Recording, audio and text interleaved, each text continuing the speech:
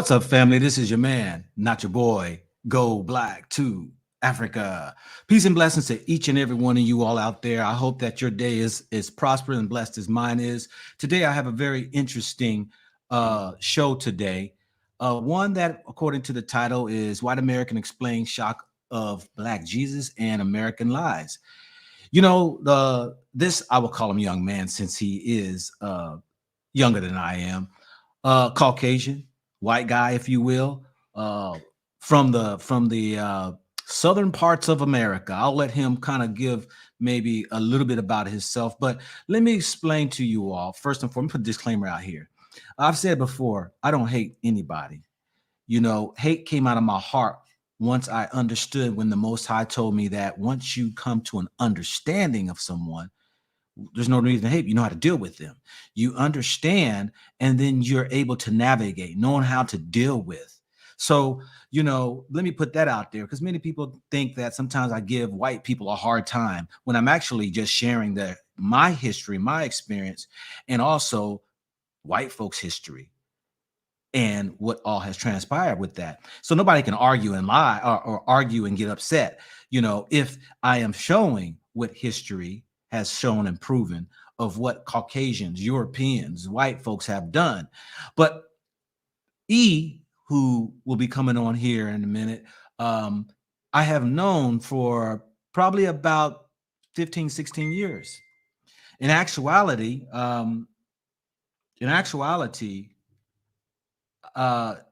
he was coaching football, and I came to him and asked him, was he looking for a coach? And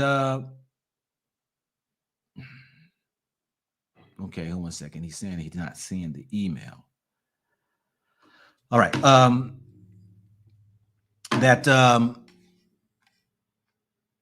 So he brought me on his coaching team. I was assistant coach on there. And so, you know, we started to have a relationship basically from there, from a coach's perspective and all. So as time went on, you know, I coached with him for 1 year, and then I left, and there was a new league, and I went to head coach for another league and do my own thing. And so it was a good time there coaching with him. But like I said, you know, there was a rapport from a coach's perspective as well as a business perspective, because he has his own business. I have my own business. And he came to my shop. I cut his hair, his son's hair. And so we kind of went from there, you know. But over the years, he has reached out to me, and we've had communication off and on, especially from my YouTube channel. And, you know, he would share his views. You know, we would disagree on things, and some things we would agree on. And, you know, I'm really not into the old, you know, I got to agree with you or disagree. I mean, it's all about how you see and perceive something. And so, you know, my thing is, let's get to an understanding, because if we get to an understanding, now we just understand why you believe or why you behave, why you act the way you act. It ain't about agreeing or disagreeing. So, 1 second here. So anyway, I'm gonna read you a couple of his email, his messages that he sent me, because, you know,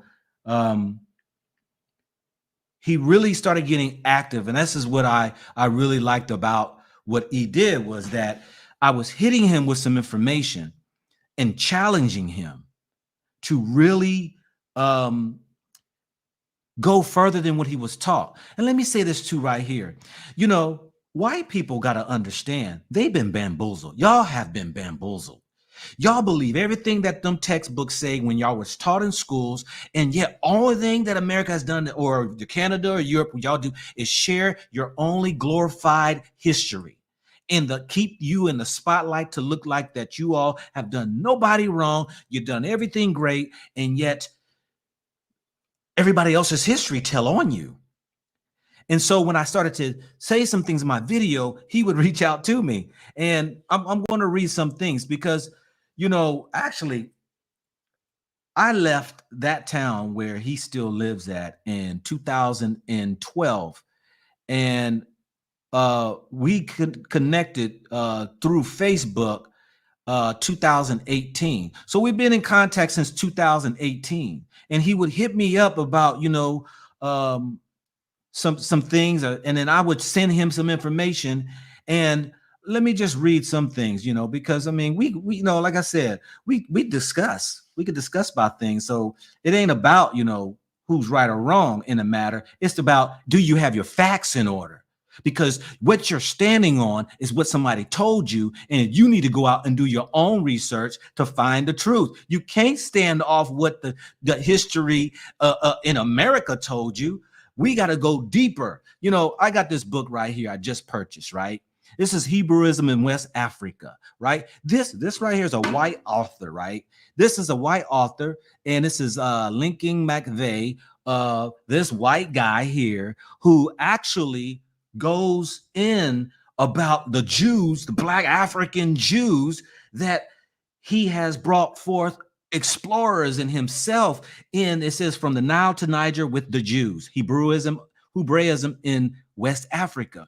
There's so many books and stuff that I've put out here to show and prove the fact that other people's history outside of America shows and prove the truth.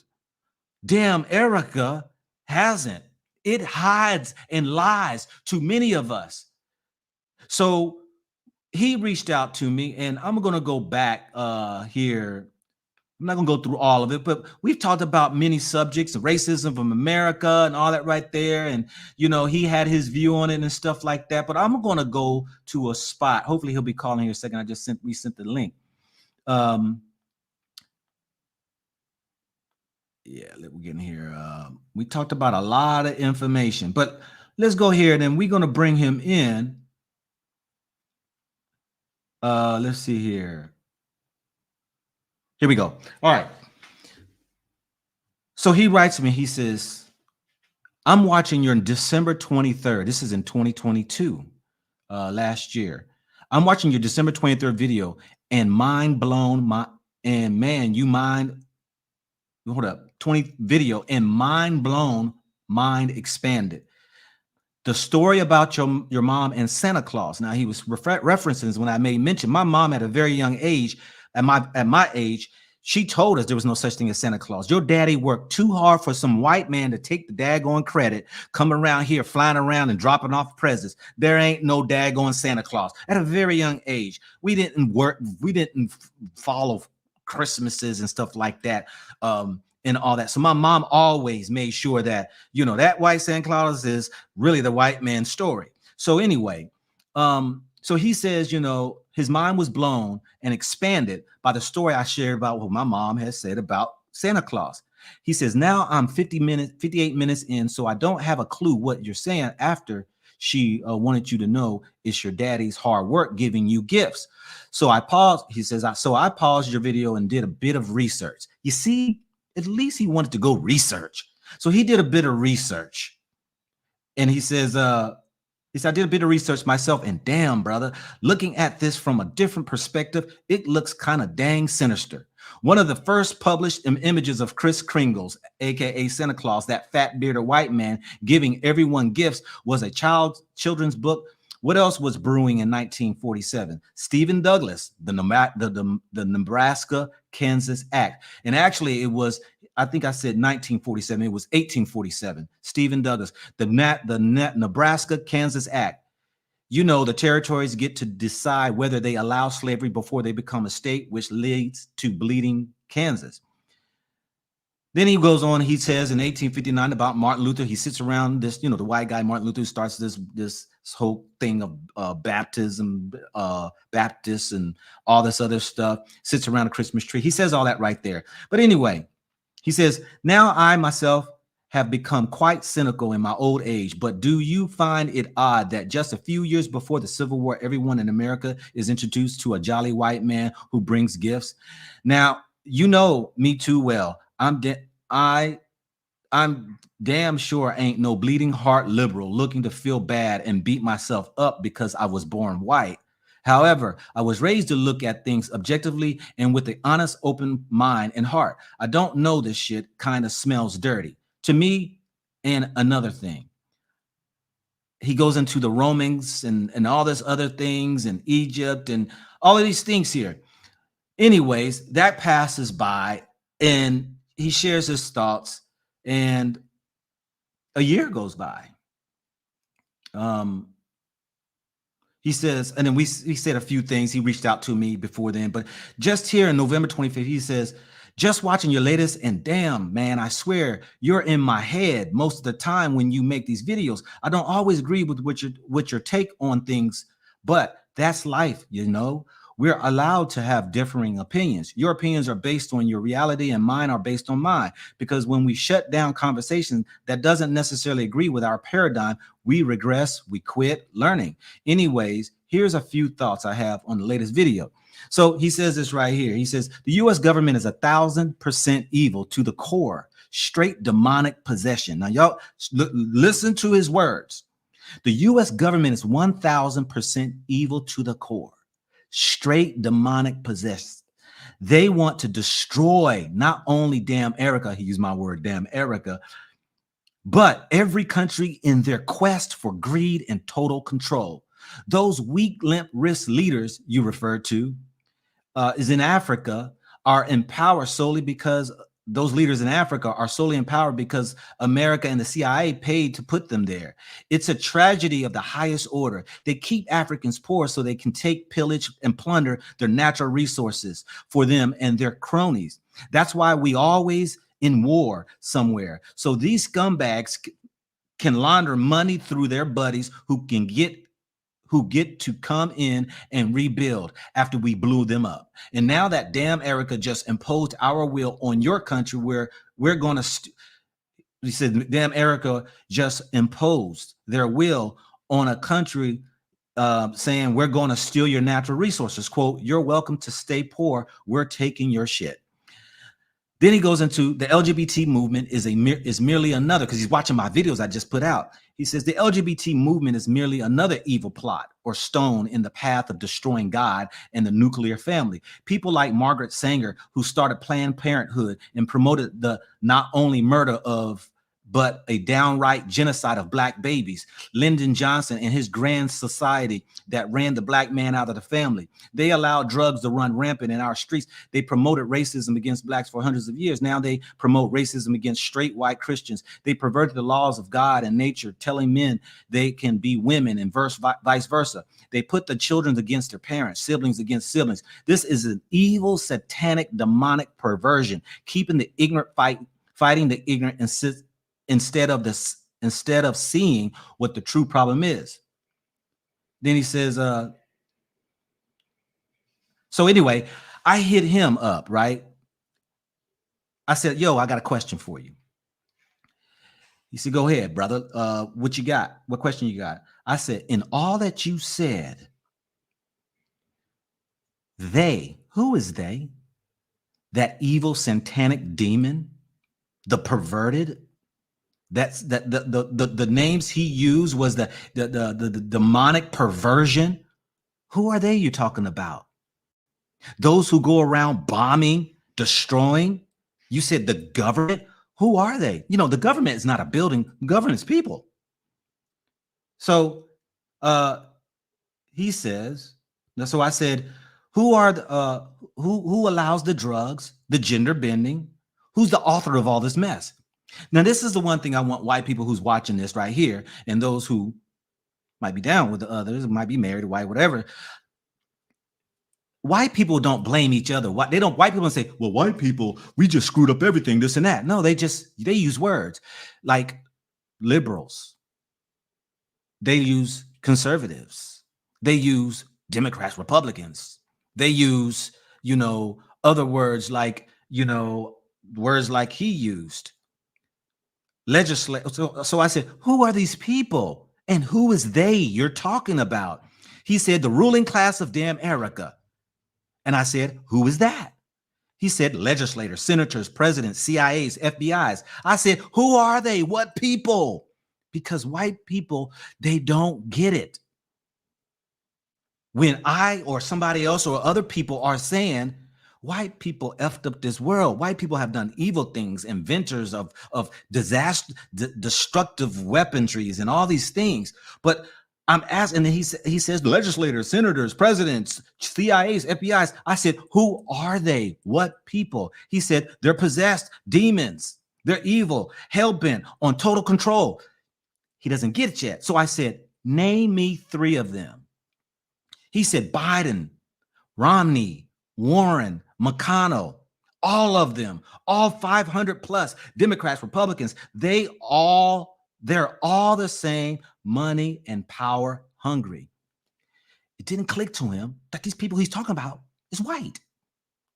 So I said, what's interesting is that white people cannot come out and say that it's white people who's caused all of this mess. So I find it laughable, but when you really look at it, it's white people, plain and simple. But like I tell white people, if it doesn't apply, don't cry. Because he said, right.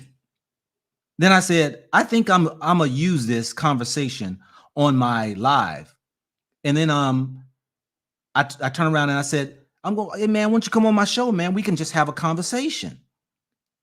So here it is, and here it is that let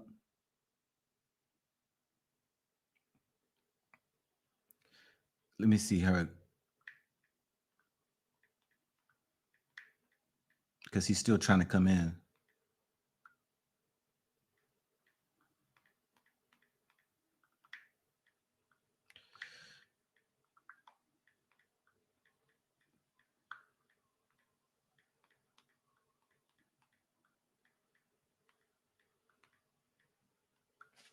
Okay, so and this is the thing that when white people just don't get it, because 1, they've been bamboozled. 2, they're blinded to the fact that 99.9% of those in America, in the government, whether it's the House of Representatives, whether it's your senators, they're white. These are the ruling class he talks about, the legislators. It's your judges. It's your governors. It's your it's all of these people who are creating laws, who are creating policies, who wrote constitutions, who created the Jim Crow laws, who established prejudice businesses acts in where it's all comes down to really protecting their own vested interests. This is white people.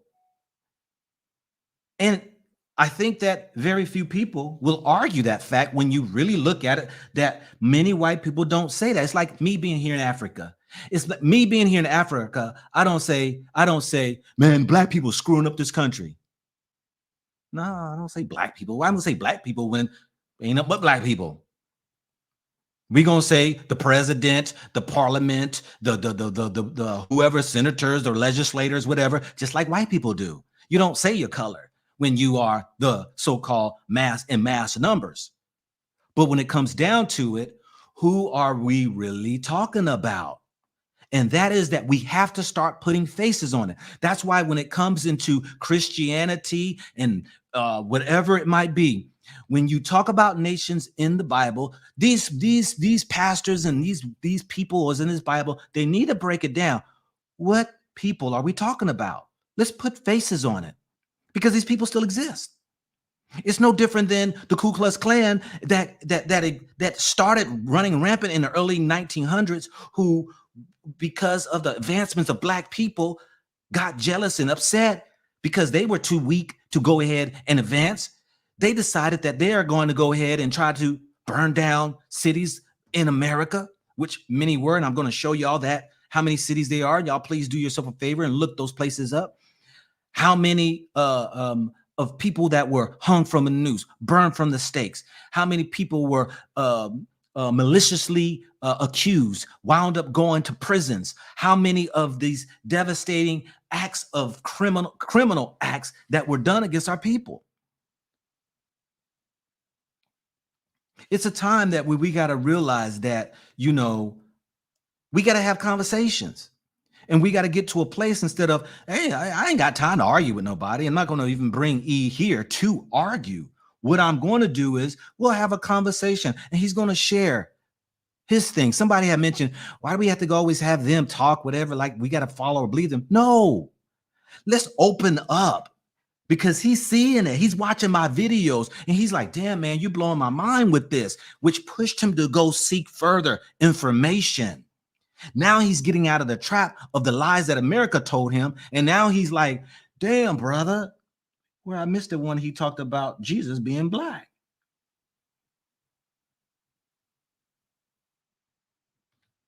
He asked me this question right here. Let's see here. Because he don't know. He says, I want to ask you about that. What's the difference between European Jews and African Jews? Where did the European Jews come from? Where did the Talmud and the Mesna come from? What are they? What are their significance to the European Jews? I know of the Torah. I don't know anything about it, though. It's if Western cultures were so dead set on giving the Holy Land back to the Jews, Europeans, why didn't they let the African Jews settle there as well? Is it purely about keeping up appearance, or rather propping up the prevailing lie that Jesus was white? Look, and he says, quote, look, everyone, we told you Jesus was white because all the people we just relocated from Europe settled in Israel are white. Move along. Nothing to see here. See, this is when you, this is what he said. I sent him IUIC Bishop Nathaniel. I sent him a video. I said, you want to know all the questions right here? Listen to this video right here. Because, Bishop Nathaniel, he goes through that scripture and he just builds the scripture upon scripture to show and prove. So he sent me back, who the one's going to be calling in a minute. He sent me back. He says, wow, Bishop Nathaniel was on fire. I'm working on part 2 now. Brother, thank you for sharing this with me. You see, if people would just open up, hold on one second.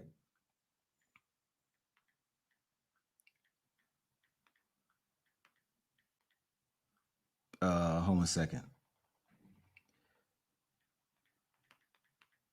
Let me give him this. He's having a problem with the email.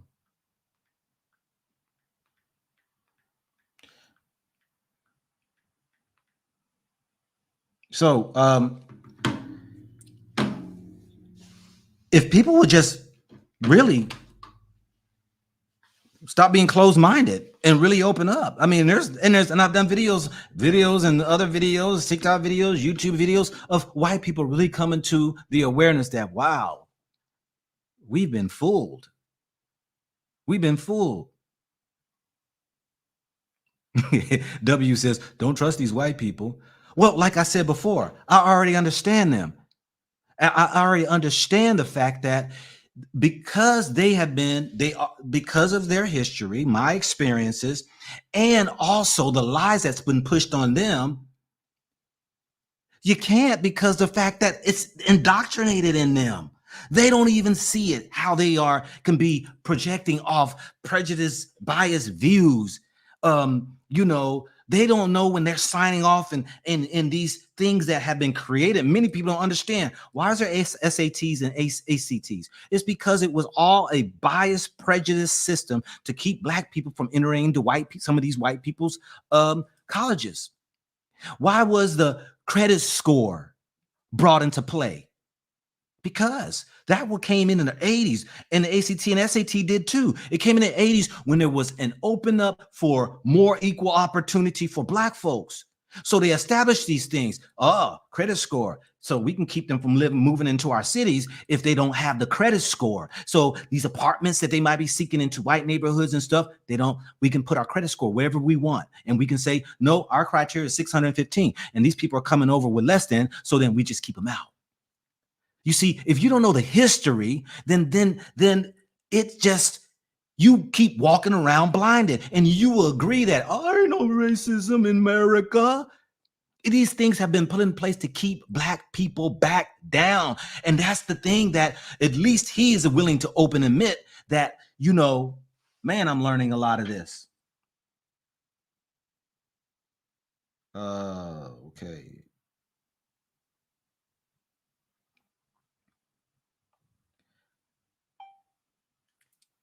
So, you know, I wanted to, like I said, bring E in here because we were going on in conversation and stuff, man, and I thought it would be interesting for you all to really see that not only are Black people waking up, white people are waking up too to the lies that have been told. So many of these people are realizing that the churches that they're going to, man, we sitting around here hearing some lies. They realizing that the governments of America, God bless America. When that now you see in the TikTok that I put out there that the woman, the lady, the TikTok that the women were putting out when they came across the letter of Osama bin Laden. It struck them to a core. Like, this guy is saying things about America, and yet it has an effect on me that really. Did we really put it up, have a tremendous effect on him to how he view us and how he's seeing that we are so corrupt? This is where, many people need to really get out of their small circle and really start doing some searching. And the thing about it is the scramble is on because the enemies right now, they're all on the internet. I have been watching Wikipedias and these other they're changing Bible scriptures. They're changing, that's been going on, but it's happening big time. They're removing books that's trying to show truths. That's why, when you have books, you have books out here who, hardback books that you can hold on to, and many people's buying them up, and now they're raising the prices of these because these are histories that trumps America history. And people are like, yo, hold up. You mean to tell me I've been going to the church, yet these people, these explorers, and these people who went into Africa, or these archaeologists and these historians are saying, these people are saying back in the 17, 16, 1500s, 1400s, way before then, there are writings over and over again that shows that we are the original of all. And everything stems from us and out of us. Look, let's talk about God real quick. England, Europe had no concept of what a God was. You can dig in their history. You won't find any concept of nothing spiritual about Europeans. They didn't have that. It wasn't until the Greeks went into Egypt and saw that they had names for God, which then they turn around and interpret it to be like mythological gods, and totally jacked up the whole concept of what it was. No different than when they came into Africa and said, y'all ain't supposed to be doing that right there because we got this over here. Y'all should be doing this. Well, they took the story that we had, twisted it, interpreted it, translated it into what they wanted us to believe it was, and then tell us we're the savages. Europe has no history whatsoever about any type of God they believed in. If it was anything, it was the Greeks and the Romans who were the ones who went into Egypt, who saw the concept and the ideal of a greater creator, which then they turned around, stole those different names, twisted it, turned Asar, Aset, was it Asar, Aset, Haru, right? That's what you call Horus, Iris. These were names that they turned around, took out from, and just twisted the names. And then all of a sudden, now they got all these different goddesses and gods in their so-called mythology. But you look anywhere in their history, there is nothing that says they believed in any type of higher being. Dig deep. Ours go way back. The scriptures that are writing from our ancestors are all about us. They just whitewashed it. Okay, let me see. Did he send? Okay, he just emailed me. Let's see what we got here. Let me see here.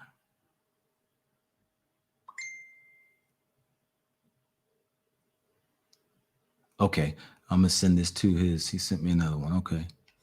All right, let me send this over to his other email. But do y'all feel what I'm saying? One, if you understand and agree. I don't care if you agree. It's understand. One, if you give me a one, if you understand. It ain't about do you agree. It's about do you understand what I'm saying?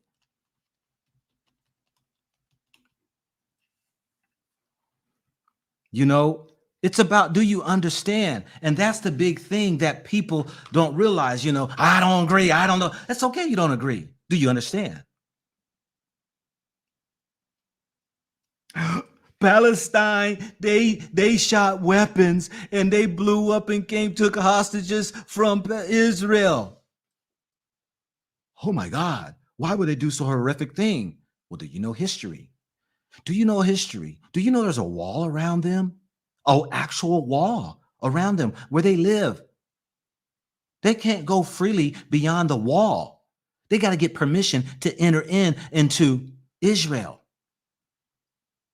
You mean that sounds like what they did to the natives in America? It sounds like what they did to Africa. It sounds like what they did in India. It sounds like what they did, we're talking about the Europeans, did in Asia. It sounds like what they did in South America. They divided everything up, put a border up, walls in many places, and they divided it all up.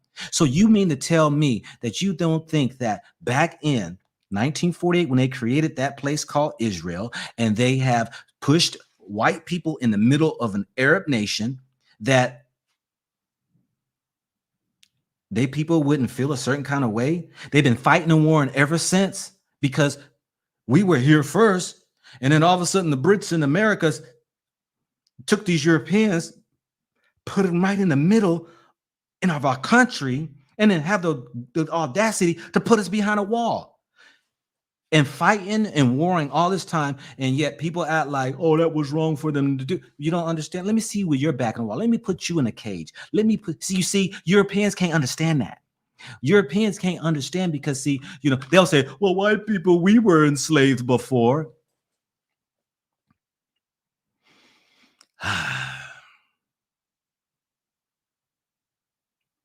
You know, sometimes people just don't want to understand.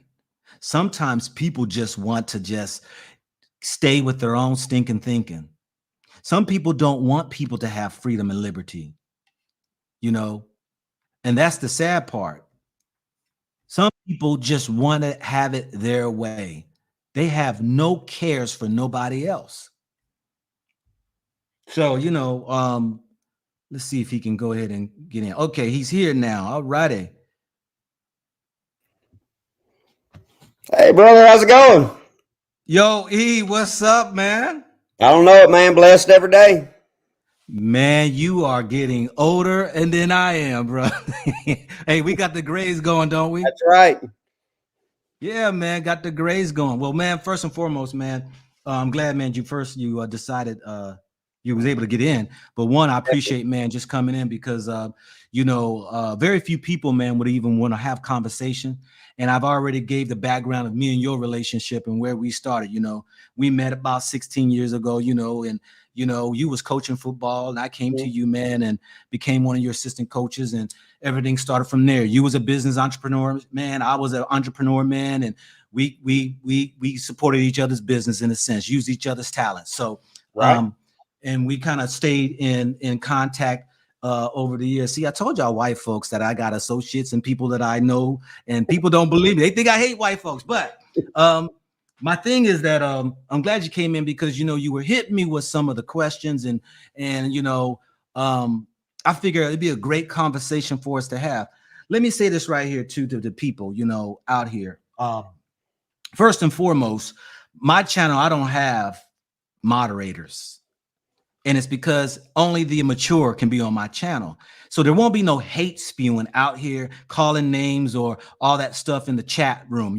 If you can't be mature enough and be able to listen to a conversation and learn some things, there are billions of other channels out there you can go to.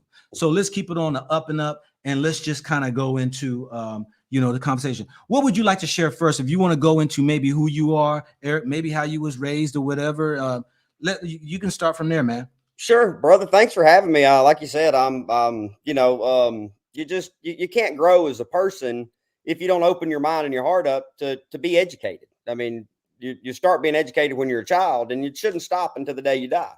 If you're not Yeah. looking for new answers, then what are you doing? You're just blindly going through life. Mm-hmm. I was raised to do that in a very small town in southern Mississippi. Very racist town. My parents were not having any of that. Mm-hmm.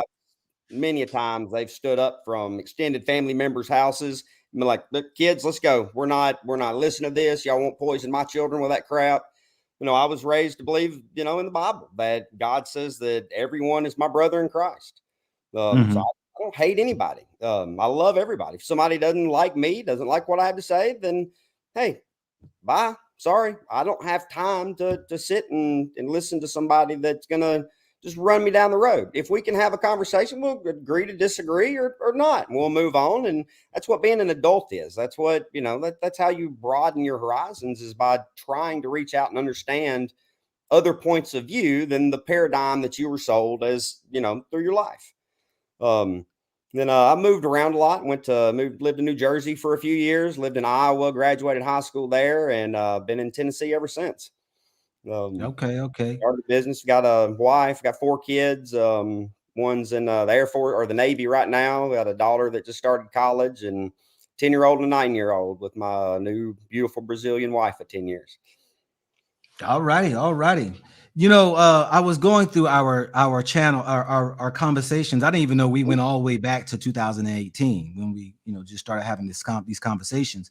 And I was reading through some of them. And when you were sharing with me, would you just share with people about your upbringing?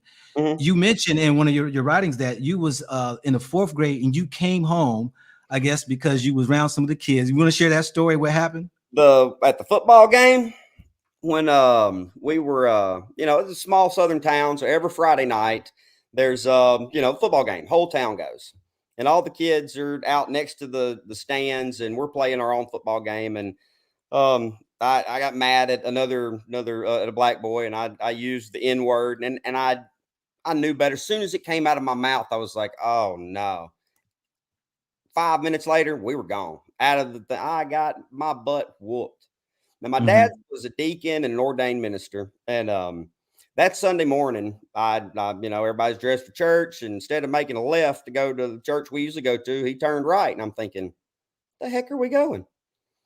He drives down and we pull into the parking lot of the church, because the black community was always separated from the whites. It's always been like that. Now, we It were still all is in friends. Mississippi. It still We were is. always friends. We came to each other's birthday parties. We went to Chuck E. Cheese together. I mean, I knew them, but I was just as much friends with them as anybody else. I didn't, or as my white friends, I'll say, because I didn't see color. I was raised not to see color. My parents weren't going to have me like that. Man, we pulled up in that church parking lot, and my heart sank. The embarrassment I felt that big. And I mean, I Mm-hmm. already, was kind of got over the whipping and knew what I did wrong, and I'd moved on. But Dad looked at me in the mirror, and he said, "We're fixing to go in here, son." He said, "You're going to tell everyone in here exactly how we raised you, and you're going to apologize. And you Yep. better hope to God that they accept your apology." He said, "Because you're not going to be in my family. You're not going to be like that." So we went in, and the pastor, he gave I still remember it. He gave a sermon on forgiveness. And when he started, he said, you know, the Lord works in mysterious. I remember it like it was yesterday, like I'm watching a movie in my head. He said, you know, everybody, I do my sermons, you know, at least a week in advance. I wrote this one on Monday. And he said, the Lord works in mysterious ways. We got a young man here that's got something to say to everybody. So I had to get up and go stand in front of the church and apologize to everybody in there for using the N word, and you know that I wasn't raised like that. That we're all brothers and sisters in Christ, and you know it was a real eye opener, real kind of a turning point to where at that point it probably could have gone either way with where I ended up as I am today. And at that point, it was just like, yeah, man, that's, looking at everybody in the eyes and just going, God, I feel that big. These are grown adults and children, and they were my friends. These are the parents that took me to Chuck E. Cheese that we played baseball with. And, it was just, it was an awakening experience. I don't believe there is a perfect man on this earth. No. And I believe there is prejudice in all men. And I don't care how people, claim that, hey, I'm not prejudiced, I'm not biased, this and that, I don't see color, all these things. I think that, when people get mad and upset, they say things. And those things are rooted deep in, because I know scripture says what comes out of mouth is what stems from the heart. And these things are within us. And that's why I believe that these prejudices and bias are in all of us and all that right there. But, it's I just don't like when people who try to act like that, their shit don't stink. Yeah. Lord, there's been one perfect man on this earth, and that's Jesus Christ, and he ain't here no more. Yeah, and we're going to do a segue there because, you have sent me information about the Jesus Christ. Man, the rabbit hole I have gone down for the last 6 months is insane. Yeah. But it's great. It's totally changed. I mean, God, we're been brainwashed. And that it wasn't, I don't think it was like talk intentional. Talk about what brainwashed into what? What are we talking about here? Because you're talking about Jesus being black, or at least brown. I mean, come on. And then how I never came to that conclusion. I mean, I'm a pretty intelligent person. That Africa and the Middle East, that's where all of the, I hate to keep using the word black. I'm not trying to offend anybody when I say that. African Americans are, well, I guess to be Africans in Africa with me. That's okay. That's all right. That's all right. No, how would we think that all of a sudden that just white people are there when they've never been there? I mean, the entire part of the world is all black. So, or black and brown or whatever. Why would they not have been at the beginning of the world when there wasn't billions of people out? I mean, it was really I believe, and I'm 99% positive, the Lord has blessed me with the gift of discernment. And as soon as I watched your video and saw the tapestry from Russia, it was like, boom, the light went on.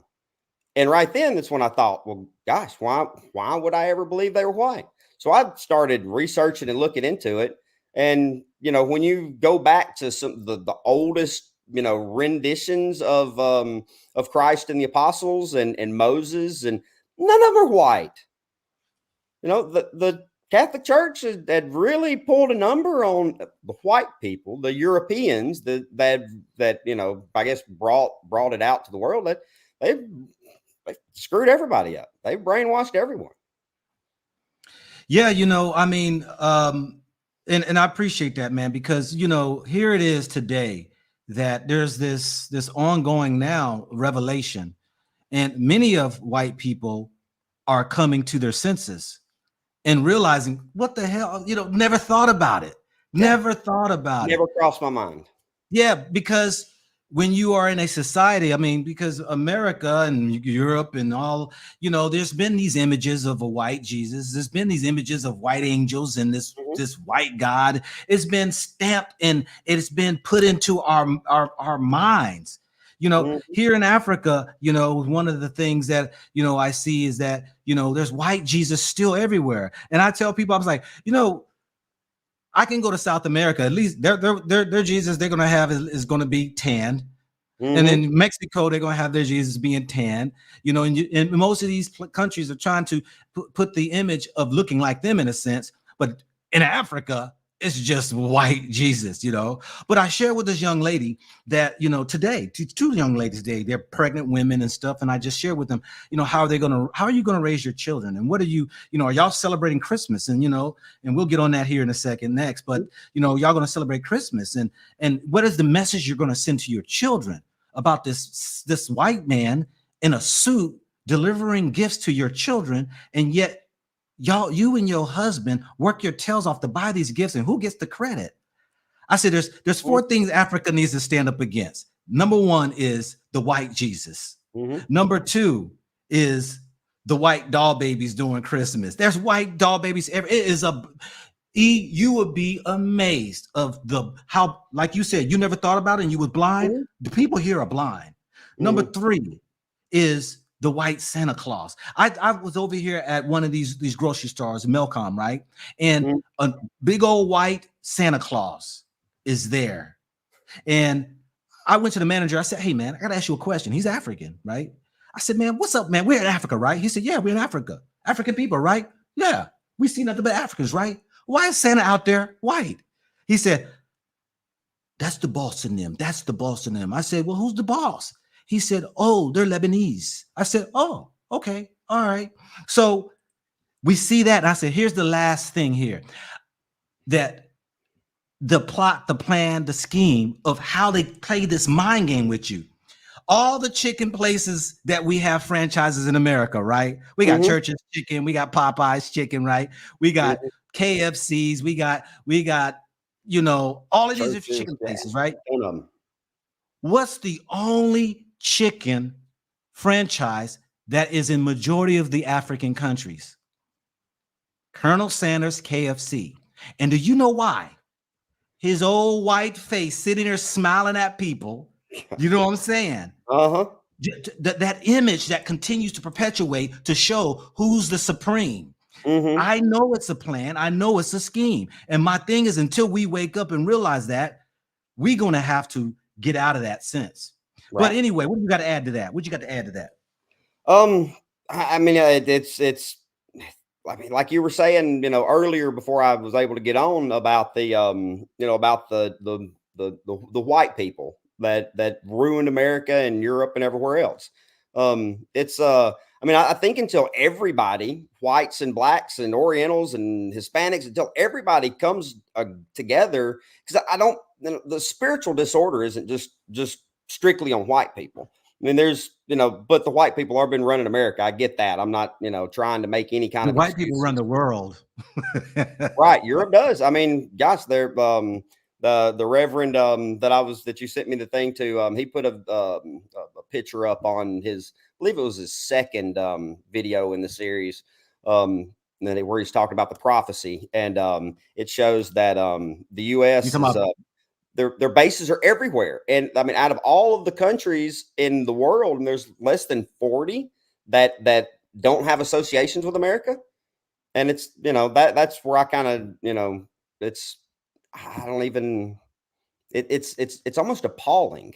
I mean, I've never been one to think that, or I've always been one to say, we don't need to be the police of the world. We don't need to be meddling in the business of all these other countries, but we need to get the heck out and let them take care of their people. Let their people decide how they want to run their countries. Maybe they don't want to be, free democracy countries.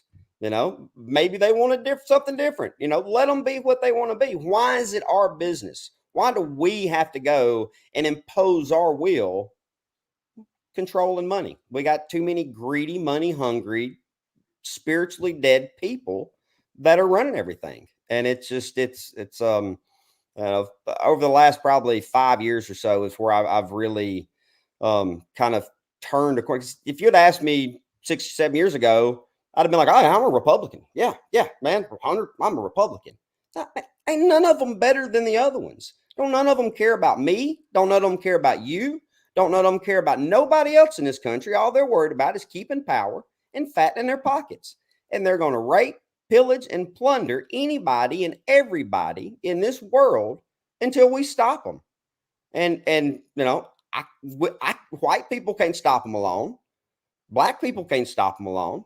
I mean, until we come together as a society of people under God, under Christ, and say we're not having it anymore, then we're going to keep being fed BS, and we're going to keep being, you know, because as long as they can keep black people hating white people and white people hating blacks and Hispanics, and as long as they can keep everybody divided, nobody's going to look to them and go, hold on, I see what you're doing.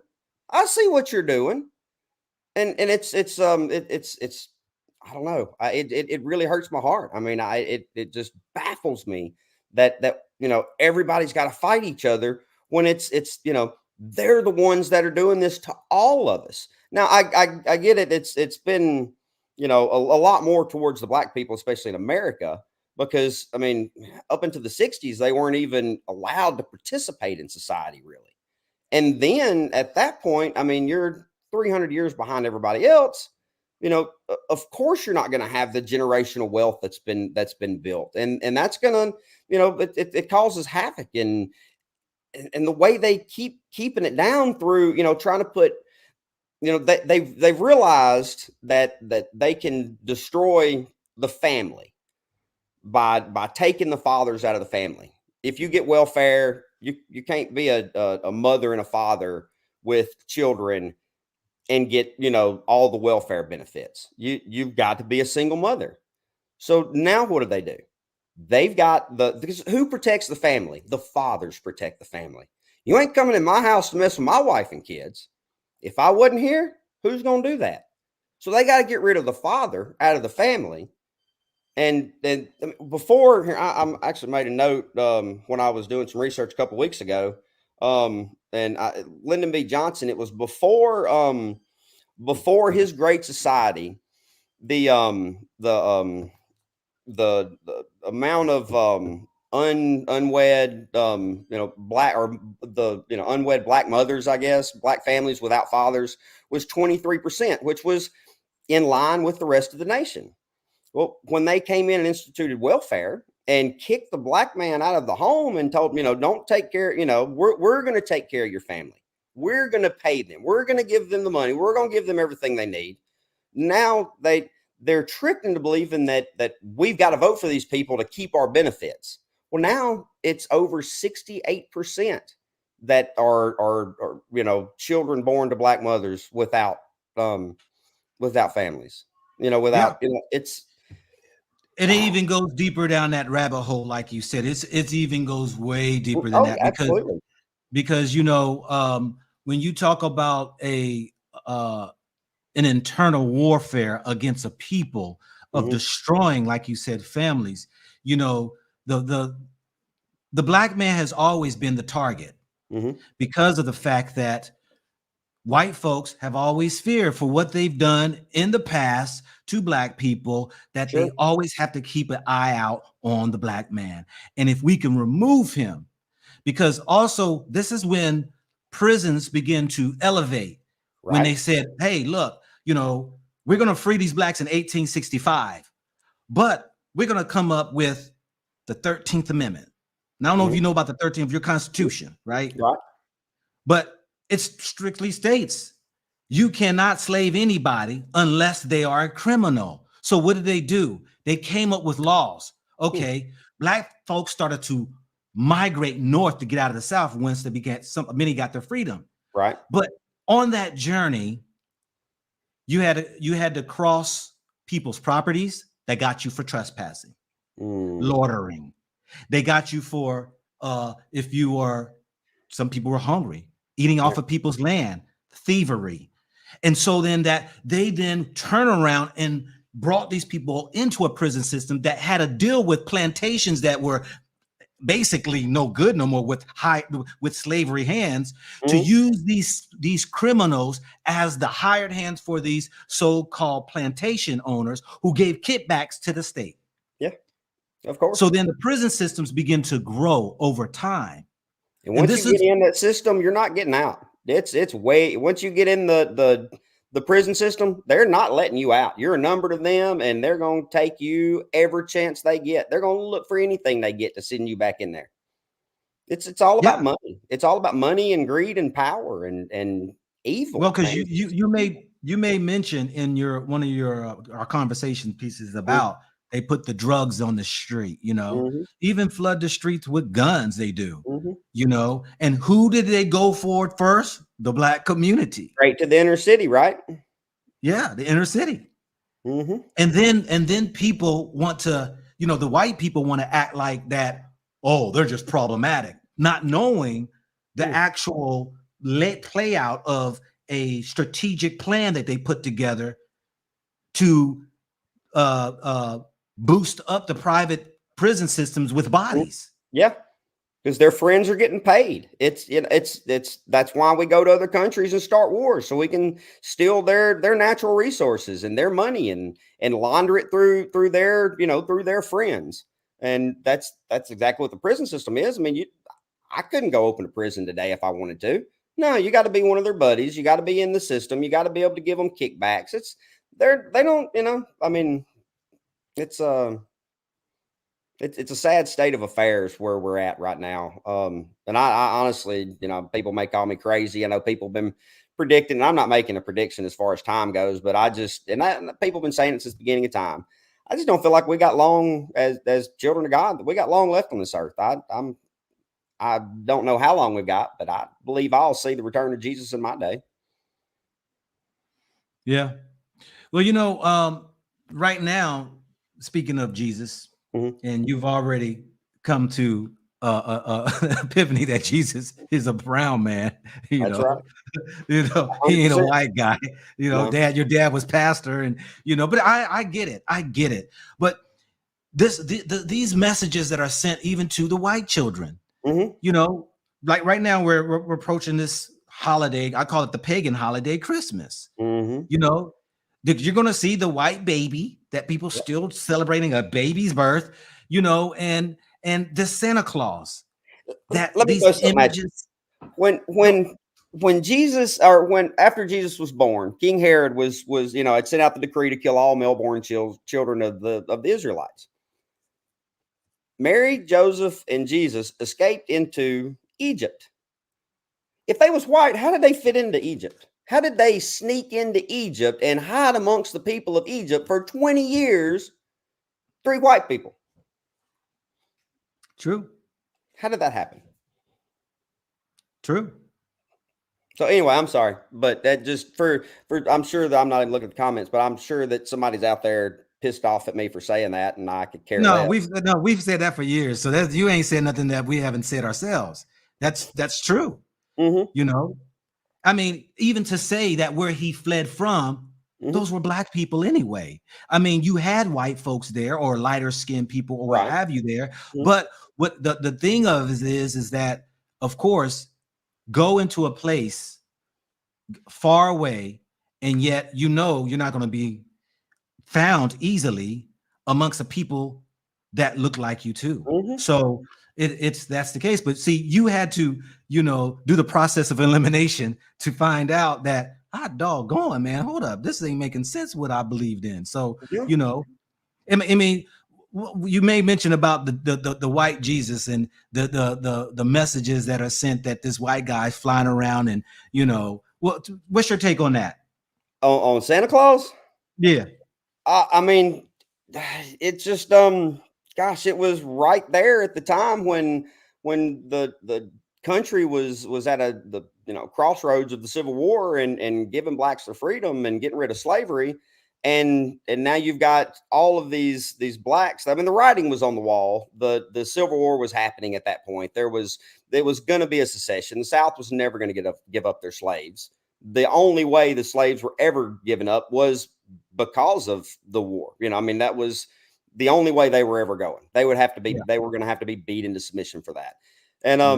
you know, I think they knew that all these blacks were fixing to get freed. So what better way to promote the white person than to have this jolly fat white guy that's going around giving kids to all the slaves that are just let out. I mean, it makes sense in my head anyway, but maybe not. Maybe I'm just kind of, I don't know. Well, I mean, what you're saying is there's that connection to keep the lie going, is that we fed y'all a white Jesus, the Sure. slaves. Right. We've turned this Bible into, you got to obey your masters, you got to endure this pain and all the things that your master do to you, and then on top of that, y'all gonna become free. But that very Jesus that y'all believe in, there's a Santa Claus that exists that actually will be coming around and giving your children some presents. And so, if you go out and buy them for them, yeah, if you go out and buy the gifts for them, yeah. Make sure you Yeah, tell them that it was the white guy that brought the gifts that you worked your ass off for. Yeah. And many people don't think about it. And the young lady I talked to, the two pregnant women I talked to today, I share that with them. I also shared the video with them of the black doll, the white doll. Have you seen those the project that they did? I don't think so. Yeah, you got to check that out on YouTube too. It's been around since the 40s. But Okay. you can put a black child in front and put a white baby doll and a black baby doll. And because of the systematic racism and the portrayal of black men, black people, you ask that child, which one's the beautiful one? They point at the white doll. Which one's the ugly one? They point at the black doll. Which one is good? They point at the white one. Which one is bad? They point at the black one. And this whole scheme of things was nothing more than evident in how, when you live in a society that beats down on you and tell you no good, that you see your mama, daddy that has to bend down and yes sir, no sir. Your mama cleaning their house. Right. Your mama's a nanny for the white people's babies. Jesus is white. You see that the white people are the so-called chosen ones that they said. All of these things are nothing more than these images and these impressions upon a people, even a young child, that they would hate themselves and would point out that things that are good, the white baby doll represents, and those things that are bad, the black baby doll. And this probably been going on since 1940s. Yeah, the spiritual, the spirit of this country is just, it's gone. I mean, there is no, and it's crazy Has that there ever been a spirit, Eric? Man, probably not. I was doing some of my readings that I were doing about the decline of different civilizations. And there's 5 stages of a civilization. There's the founding, and I don't remember exactly all of them.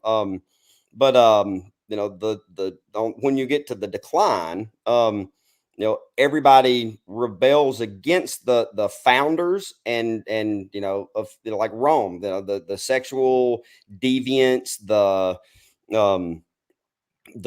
money, the everybody, I don't have to work for it anymore. It'll just all be given to me. It comes full circle, and that's where America's at right now, is in full decline. I do believe that I like to hope that our founding fathers didn't. I mean, most of them were supposed to be pastors, supposedly they were all, and they own slaves. They own slaves. Yeah. I mean, why didn't they didn't put anything in they had plenty of time when they made their constitution that they could have put that 13th Amendment in to start, or not even had a 13th Amendment, just said, okay, there's not any more slaves. Go to everybody, at that point, why I don't know. Does that make sense what I'm trying to say? I'm just feel like I'm stuttering right now. No. You I mean, it's to me, when we look at, because you said our founding fathers, and they're your fathers. They're not my fathers. All white, right? And they didn't. Here's the thing: they never found anything. They took a land. They did. My great grandmother is she's 100% Creek Indian. She was born and raised on the Choctaw Reservation in northern Mississippi. Yeah. Yeah, what I mean, I'm not, by no means do I feel like I'm an American Indian or have any claim to. I mean, yeah, I could go get free education and I could get government contracts, but I don't believe in doing that. That's not, I'll make my own way. I don't need a handout. I don't need the federal government's, because I'm not, I haven't been affected. I'm not on a reservation. I don't have any need for those type of programs. Um, it's not anything that I've ever used. I've never, you know, used that for any kind of step up in the world. But yeah, God, yeah, they came in and they would take this amount. They took the Mississippi River and everything. We're going to take everything east. Y'all can have this area here. And then they find out, oh wait, hey, there's some good resources over there. I think we want that land too. We'll give you a rifle and a horse, and we'll take these 10,000 acres. I mean, it's sad. I mean, they hundreds of Do you thousands. did you celebrate Thanksgiving? Well, I don't celebrate Thanksgiving, the Plymouth Rock and the Pilgrims and things. For me, it's a time when what we do is we sit down and we have our dinner and we thank God for for everything we have, and we thank for our family and our food, and I don't we don't celebrate it as thank goodness the Pilgrims and the Indians got along, because they didn't. They killed each other. I mean, Christopher Columbus took 16 American Indian slaves back to Spain with him, and I think half of them died on the journey or were thrown overboard. There's some crazy stories about it. Well, yeah, definitely is. I mean, hey, the Europeans slaughtered Everywhere they millions. go. They can't. Everywhere they millions. Go. And so you say what? Everywhere they go, they find somebody to kill. Go ahead and put we in there. You can say they. You say they. Go ahead and put we. Go ahead and say we. White people. No, not we, because I'm not that guy. It ain't we. Look, if it don't apply, don't cry, right? Right, exactly. It ain't we, because I'm not that guy. But we can agree, though, like you've already said, that white people have done some horrific things and need to really own up to it. And instead of using these jargons and these words like liberals and conservatives and Democrats and Republicans, I always say, put a face on it. Who are you talking about? Remember, I asked you that question. Who are they? Who are they? It never clicked that you were looking for the white people, but I can see that. And I didn't think that, because there's not a lot, but I mean, there's other races than white in Congress, but they're not they're making the laws now, but God, they're 1%. Nothing but white people up into the 70s or even 80s, probably. I don't know when the first black person was elected to Congress. Something I had to look up. But 1970s. I think it was 1970s. I think it was the 1970s. But several hundred years of laws and regulations before you guys even got a say in anything. Well, we still don't have a say, because we don't have enough numbers to represent, let alone we don't have a representation. I don't have a say. Well, think about this, Eric. I mean, do you think about this? Typically for those who sit in a house or in the so-called Supreme Justice, or even Obama, they have an attachment to them that is a white person. Obama's mama was white. Thomas, he was white. The Supreme Court justice, the sister that they just brought in, what's her name? Done several videos on her. No. Most recent one. Yeah, I can't remember. Her husband is white. And so it's like we can only achieve if you all see that we have somebody that looks like you all on their hip. So my thing is like, why is white America so afraid that a black man and a black woman can't hold positions if they were married to the same not to say there aren't people out there. What I'm saying is, when we talk about the mass numbers that are in these positions of authority, the white society as a whole, so they hold these positions like being a Supreme Court justice. It's like almost like there's a fear that if he's married to if he's black or she's black and they're married to another black, maybe they won't have our interests at heart. Maybe they will be biased towards some of the laws that come in front of us or the cases that they see. But I just, at least, man, appreciate the fact that you have come around, because we've been, like I said, we've had these conversations here for almost like the last 5 years, just in through Messenger. And yet you said you're starting to see some things. You're starting to see the lies. And Yeah. I've said this right here before. White people need to wake up and realize they've been lied to. And I think there's a pretty big movement going on right now, of white people that Katanja are Brown, finally Jackson. Yeah. Let me say Katanja Brown. opening their eyes to see that, maybe we were sold a bunch of horse crap. I mean, like I said, I've never felt that the white race was any superior to any race. You cut us all, we bleed the same. When we die, we're all the same bones. If we believe in Jesus, then our soul's going to be right there with him. It don't matter what color you are. And I think it feels like there's a larger movement now that was trying to do that. Let me rephrase what I'm saying. I think there was a large move that was trying to get to that point. But they totally flipped, what you're allowed to hate. And I don't mean to say it like you shouldn't hate anybody. Let's be honest. But now they're pressing, for everybody to hate the white Christian male. If we're bigots, we're Hitler, we're racist, we're just anything to, and it's really it's crazy because you look at the college campuses in Who's US. they doing this towards the white Christian man? I mean, it stems from the media and just Who are it's they? everywhere. Who are they? Our teachers. Who are they? Who are they? People, the white people. Thank you. That's what I'm saying. See, white people You know will attack what? each other too. The white Jews that own our media complex. You say, well, but we do know that, hey, they own all the media. But they ain't nothing but Russians, and they're nothing but Europeans. That follows the religion Judaism. That is it. That is it. And so they want to differentiate themselves as though they're not, but they're nothing but Europeans that have followed a Judaism. And they call themselves Jews. Jewish. Well, they're Jewish. I said, what Jewish means, right? You know what Jewish means, right? Kind of Jewish. Those who wish they were Jews. They Jewish. Right. They wish they were Jews. Wish. That's funny. Yeah. So it's one of those things that, even if they would look at the history in the history books to show they come from the land of Khazar. These people moved and migrated across, had wars with one another. They found themselves in different places.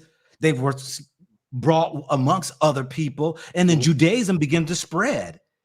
There was just like the Islam spread, Christianity spread, Judaism was spreading in those regions, those Northern European regions. And those who took on it, these Jewish people say that they were persecuted, which is far from the truth. They weren't being persecuted. What it was that it was their behavior and how they acted. Because when I look at the writings of Hitler, when I look at what Harry Truman, American president, said about them, when you look at some of the writings of how they conducted themselves in these other countries, they were controlling the money control. They were having disregard for other people. They were trying to discriminate against others and things like that. People began to hate them. That's when they started receiving the backlash. They want to make it seem like because we're Jews, people were being persecuted. No.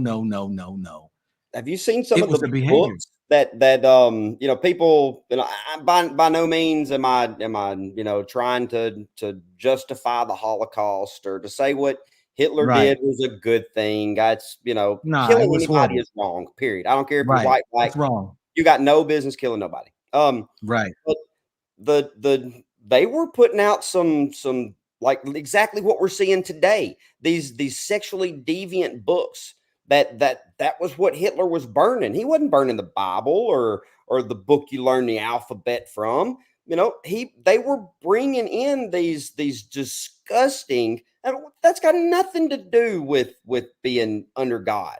I mean, and I wish I'd have wrote down some of the names of these books. You have to look into that. But it was, like I said, they controlled everything, the money, everything. And they also like I said, they were trying to promote these sexually deviant activities. Like before Hitler took over, Berlin was a debaucherous place. It was, whatever you wanted to do sexually was there. And I mean, I'm not excusing what he did. It was 1000% wrong. Yeah. He got what he deserved. There are better ways to go about things. But anyway, Well, sorry. People need to ask the question is why? Why did he do that? And then when you understand, when you look and read his book of why he did what he did, then you can say, okay, all right. Somebody put in there Mein Kampf, which means my struggles. And that's the book that he wrote. His first book he wrote was Mein Kampf. And he was sharing with his struggles of seeing his people being dominated and controlled by those who had the money and the power. And yet, they felt as though that they were being slated, and just like most people who feel like, just like the Palestinians feel like they were being mistreated, slated, and bordered around. We got to get to the questions of why do people do what they do? You know what I'm saying? Why do people do what they do? It could be greed. It could be hurt, pain. It could be whatever it might be, and that's what, when I look at history, and even I say, wow, the Portuguese were the first to, it was the Arabs who actually first came to Africa, right? To enslave Africans. Then the Portuguese opened it up and spread more through the Europe, right? And these acts of these evil doings just goes to show that, these people out here have disregard, for Black people. And I see it everywhere I go, every country I go. You can look, your wife is Brazilian and she's a white Brazilian. Now, you can't tell me that the darker you get, the more people look down on them in Brazil. There's everywhere you go, there's more of those who look down on Black. I ain't saying everybody. Brazil's like 70% Black. I don't. And I've been there several times, and I've never felt the. Sometimes you just get a feeling, where you're at in the States, as far as one group or not liking another group. You can feel it sometimes in the air.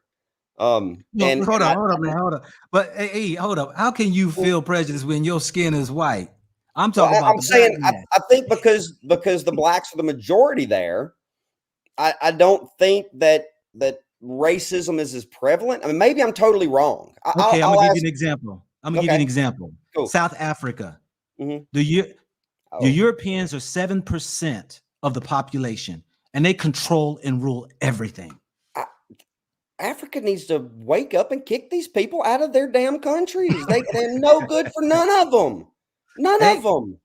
What is England or France? What do they need to be in Africa for? They got their own country. Y'all want to take your money there and go visit and go on vacation? Fine. Hey, get the hell out. You ain't got no business being there. They want the resources. But here's the thing. You make a very valid point. Why aren't Africans rising up, going against these white folks who come from Europe or wherever to kick them out their country? Do you know why? Because you got running those countries, or the people that are running the African countries were put in there by these countries to do it. They're pawns. I'm not saying all leaders in Africa are under the thumb of the CIA or the American government, but most of them are. When we go into a country, it's been said, it's common knowledge. The America wants their agenda pushed in, let's just say, Nigeria. So they go to the Nigerian president and they say, hey, we're going to give you all this money, but we need you to take these steps. Like you said in one of your videos, we want you to stop. You can't make rice anymore. You got to buy your rice from our friends over here. You can't make wheat anymore. We're going to sell you the wheat. But we're going to buy this from you. We're going to do this from you. And here's a whole bunch of money you can put in your pockets. Don't tell nobody. And then the president Well, says, kiss my ass and get out of here. So what do? well, They yeah. pay for somebody else to rise up against this person, or they assassinate that person. It's man, it's demonic, Or brother. It is or evil to the core. evil Sorry. to the core. You know, America also plays a heavy part where they will put embargoes or sanctions against countries. Mm-hmm. Stop shipments from coming in, medical supplies, Mm-hmm. food. If Yep. you do not if you don't comply, you will die. And Mm-hmm. this is what a lot of these European countries have done, strong arming these countries, these Africa, because Africa ain't got no militaries. Mm-hmm. So what are you going to do? How are you going to fight back a country that you know that damn Erica Can is just going to walk be in and sending wipe you off the jets, map. wipe you off the map, going to send ships on your borders, submarines, and destroy anybody who tries to go around that daggone sanctions? Yeah. What do? So people will comply. Yeah. I don't And have a this good is their answer for strong you. arm. I wish I did. I wish I had the answer for. I mean, the only way to do it is to get these people out of the office that are in office here. Every one of them. I mean, they need to be drug out of every single bureaucrat, every elected member in Congress from top to bottom needs to go. And I don't even know if that would fix the problem. I think we're so spiritually broken in this country. There's too much greed. Nobody cares about what happens to their neighbor. Whether they're white, whether they're white or black, they don't care. It's about what's happening to me in my house. That's what I care about. And I mean, I tried to look past that, but I mean, I'm not perfect by no means. And I struggle sometimes to do that, to look at things like that. Would changing my mind benefit someone, would benefit more people if my mind was changed on some things? That's kind of how I try to look at it. But Yeah. there's Yeah. really no good answer until Well, God comes back. all we had It should be that way. Well, right. I mean, the thing of it is that as long as you have the evil ones, right? The Mm-hmm. white man. Look, they're going to be in power. They're going to control, and they will kill their own. Yeah. 1000%. They will kill themselves to Mhm. get it all. Yep. That's it. It's just real. That's history. That's real. They don't That's care about history. nobody but put money in their pocket and staying in power. Is it? I mean, we know that's why the American Civil War was against the Brits, and they were fighting, and like, no, we want that land. No, we want to keep our own. And then it's like, the tax money. They didn't want to send the tax money back to Britain. They wanted it. Money. I got this last the root topic. of all evil. Yeah. Well, I got love of money. Money is money. not evil. The love of money. Yeah. Sorry, I didn't mean to misspeak that, but yeah. Oh, yeah, I knew what you meant. You had made a comment in one of the writings we talked about eons ago, and I feel as though that white people can't understand it when we say our ancestors built America. And white people is like, well, no, we built America too. How are you talking about y'all built America? No. And I think at that time that you were like, everybody participating in the building of America. Right. What's your take on that today? What's your take? I mean, I think that it was I mean, like I said, it don't get me wrong. Their slavery is horribly cruel. These people were kept, they were beat, they were killed, they were murdered, their families were torn apart, they were raped, and they were forced to do this work, down south to do it all. Hold up. To build not just south, north too. Yeah, they had slaves in the north too. People forget that slavery was abolished in the north, but they had slaves in the north too. Yeah, go ahead. It just seems like that it was a whole, because you had just as many dirt poor, white people that were picking cotton. I mean, they were free. I get that. I'm not trying to make any comparisons. This is for the people out there. That's. I don't want anybody to misinterpret what I'm saying. But it seems like it was just everybody. I mean, there were, of course, you had the Rockefellers and all them that were putting the money to build the railroads, to build the roads, but there, I mean, it had to have been just a complete from everybody, blacks, whites, Orientals, everybody that was here was kind of doing their part to build the roads, to build the infrastructure, um, I mean, You're if I'm talking you're wrong, talking hundreds I mean, you're talking hundreds of years later. Let me share right, this with you. okay, This is how it actually was, because mhm, most people can't fathom to. I actually lay it out like this right here. please do. When you talk about coming to a country that you take from a people, right? Mhm, You settle in, and then you bring in labor for free labor. mhm, This land is raw, yeah, okay?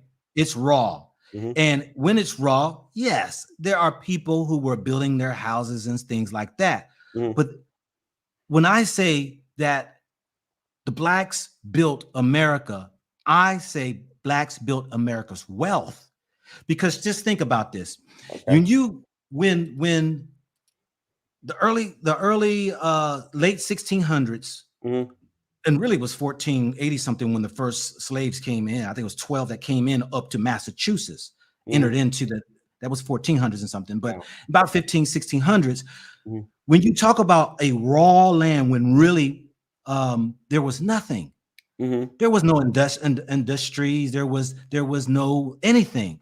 mhm, But when they brought the slaves in, a free labor to begin to bring in to harvest cotton, tobacco, mhm, sugarcane. These were the money makers of societies. Now, this is what the example I give people. I say, now think about this. I have a plantation that's raw. I bring slaves in. mhm, They cultivate it, right? yeah, right. You're not touching it. Now, free labor. So Mhm, I'm gonna make money, but I gotta sell this stuff. mhm, Well, what is built off of the backs of the free labor and also to get that product around the world? We need businesses. One, we need some transportation businesses. We need somebody to make the burlap sacks. We need mhm, some. Matter of fact, we got people coming into this town for the product. We need to put up a restaurant. We need to put some hotels here. We need to put. Now all of a sudden, you're starting to see a mhm, city begin to form and shape, and everybody's making money off of free labor. right. Now all of a sudden, people, the North and Mhm, the South, begin to prosper. Why? Because now what? From that, it mhm, goes farther into okay, this transportation needs wheels, mhm, the wheels. We need right. horses. We need straps for it. We need every part and piece to go along with it. These people Mhm, need clothing. These people need fed. These people need to go hunt and get food. All of these businesses are now building off of just like like back in Spring Hill. right. What does a manufacturing company do to a town? It brings businesses Mhm, and people come and make money. mhm, This is the wealth that slavery did, not just for America, but mhm, you also on the back end where it was Europe and South America, where all these slaves were. mhm, They were transported to Europe and India and all of and these people started businesses receiving these goods and had mhm, to transport and get these products. And so sure. slavery created a multitude of businesses and wealth for a lot of people. Well, I agree with you 100%. Like I told you in one of my messages, I wish it were true, but I, the North didn't free the slaves out of this altruistic motive that blacks shouldn't be slaves. They didn't like the white people down south getting more profit than they were getting up north. True. I mean, just And not being taxed. exactly. It Yeah. I hate to say it, but it wasn't an altruistic motive. It wasn't, God's law that no man should be a slave. That that didn't play into their thought. They were jealous and are envious that somebody else was making more money than them. Yeah. So if I can get rid of all of their labor, then I'm going to bring us all on the same playing level. And I mean, I'm And glad we got here. I'm glad we got there. Don't get me wrong. Thank God that we don't have slaves in this country. I mean, there's sex slaves all over, brought in by our freaking white government.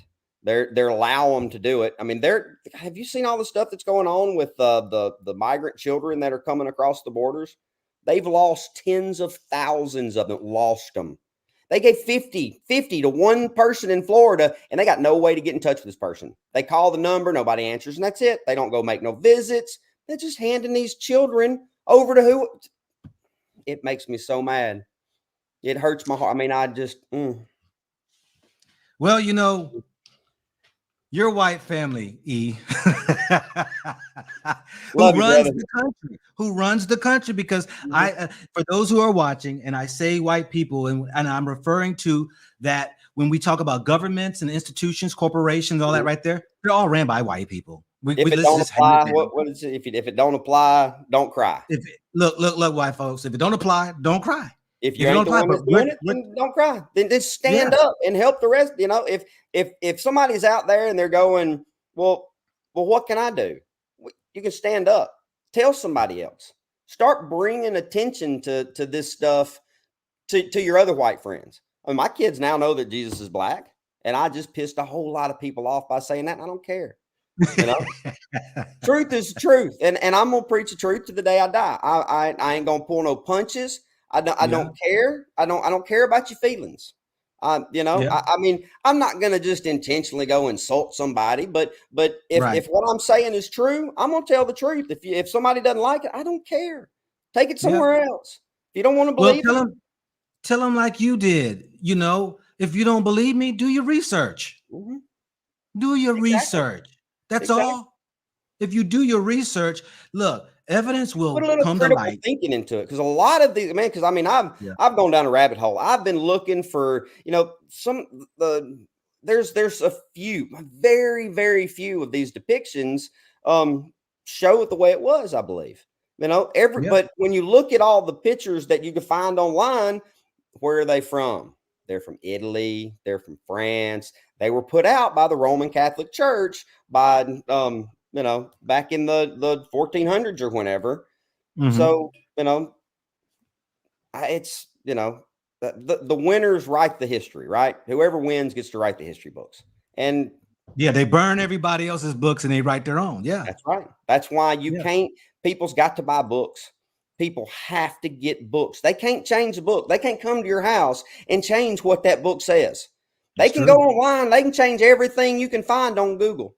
And that's happening right now. That's happening right now. Absolutely. It's happening. They're changing a lot of this stuff up. It's amazing. Even I've looked at even some of these Bibles that are on the internet, and they're changing the words in there now. You know, they're removing the words black now out of the Bible, some of these Bibles and these editions now, you know, and it's like, you know, this has just been gone over through history, that you will go through when you conquer a nation or a people, you will go and whitewash it and put your own history on it and say it's ours. Because you want everybody to be submissive. So if you're going to make everybody submissive, you've got to change their mind. You know, you can't take a free man and turn him into a slave. You've got to convince this person through one way or another, either physical beatings or brainwashing them to change their way of thinking. There's a good, I don't know when it came out, but it was a little cartoon about a slave. A slave plantation owner was having troubles with his slaves escaping, and he brought in this guy, and the guy goes out and he tells everybody, all the slaves, says, you know, you're no longer slaves, you know, you're all free men, but we've still got a job to do. The plantation's got to go on, and we can't protect you if you leave our plantation. You know, if you go out there, they're going to take you and make you slaves again. But now you're all free. But we're going to still need you to do your jobs, and we're going to promote some of you to be bosses now. You know, we're going to, you know, some of you get to be the boss and get to tell the others what to do. Yeah, And exactly. Go ahead. oh yeah, I mean that's it's you've got to brainwash somebody to make them submissive to what you want them to do. You either got to brainwash them or beat it out of them, and then you've got to work on their children. Why do you think they're trying to shove this LGBTQ crap in every school, every elementary school in America? There are some filthy books in our schools libraries talking about teachers and men and women having sex with children and their brothers and sisters. I mean, how the hell is that? That's not literature. That's trash. If you want to go out and read pornographic material on your own time, well, more power to you. Go do it. Leave my freaking kids out of it. Who's creating all this mess here with the LGBT? It's our damn white government. That white government. Hey man, you know, The truth is the truth. The truth is the truth. And if you can't see it, then you can't see it. You just it's the the truth. Lord said, I will blind their hearts to where they can't see the truth. Yeah. Yeah. I want to show this little quick clip. It's probably like 10 seconds. If I can find it. Because what you said is what some of the slave owners were doing when the freedom came was that they told a lot of slaves who really, I think everybody who still remained down there in Mississippi, Alabama, and Georgia, South Carolina, they gave them this raw deal like, we'll feed you, you get to stay in your huts, and we'll charge your rent, but the rent was astronomical where they couldn't even pay off the rent, so they could never leave. They will always be in debt, and so this is what's found and what was happening. It wasn't until the 1970s or 80s when they were finding people in the Delta of Mississippi still were sharecroppers. I believe it. Yeah. It's sad. And it was, yeah. And even we find today, even some of those immigrants that are coming over are working pennies on a dollar because they're illegal, and these daggone white folks out here who own these properties, lands and stuff are charging them, paying them pennies on a dollar, because who are you going to run and tell? You ain't going to run and tell the government you're illegal.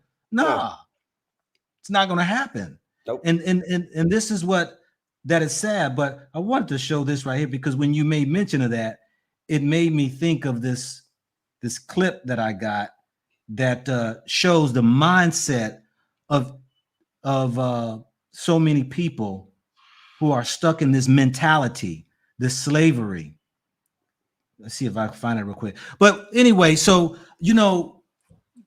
speaking of, did you see my video I did of the U.S. American ambassador who's here in Africa and Ghana?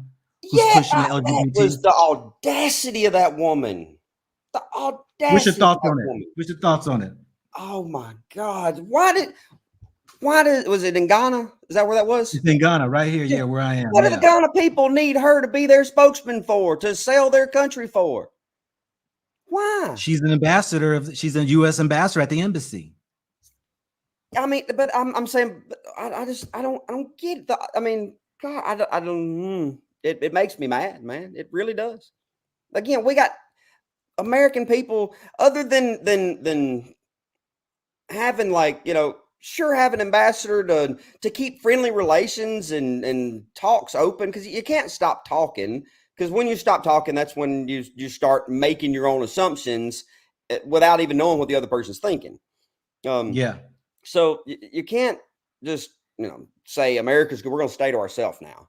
I mean, you've got to have these, but we got no business trying to tell them how to run their country, what stuff to put in, what laws to sign into place, how they should allow this sexual deviancy into their country. More power to Ghana for putting out I mean, look, I'm not trying to beat up on gay people or LGBTQ. I love everybody. And the Bible says that's a sin, just like anything else. Just like somebody going out and drinking too many beers or beating up their wife or whatever, one sin's equal to another sin other than blasphemy. So, I mean, if you want to get down to brass tacks, they're sinning. I sin too. I lust after things sometimes. I'm not, by no means do I put myself above them or feel like that I'm trying to beat up on them.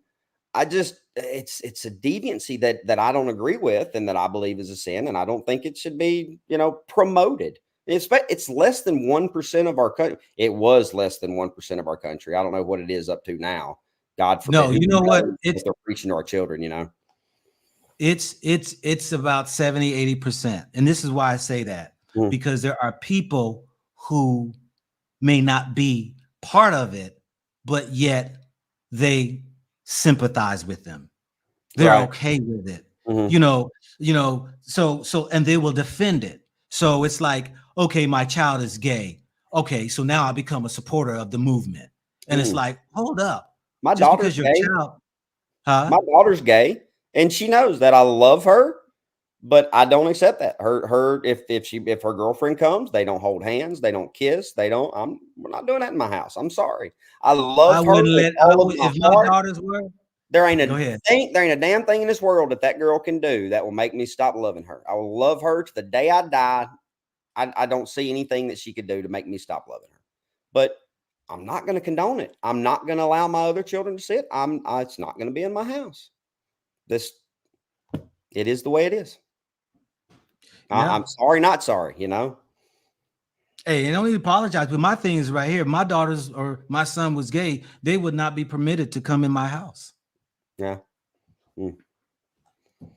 Yeah, maybe. I mean, if we talk, well, think about it. If we talk about, because you've been talking about God and Jesus, right? Is God going to permit sin to come into? No. And permit it to continue in heaven? No. What is God going to do to those who are sinners?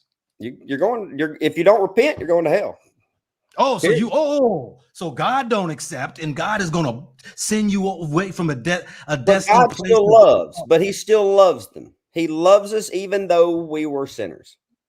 That's the way I don't know where you get that from. It says God also he loves us even while we were still sinners, right? No. Look, the scripture says God loved Jacob, but he hated Esau. Really?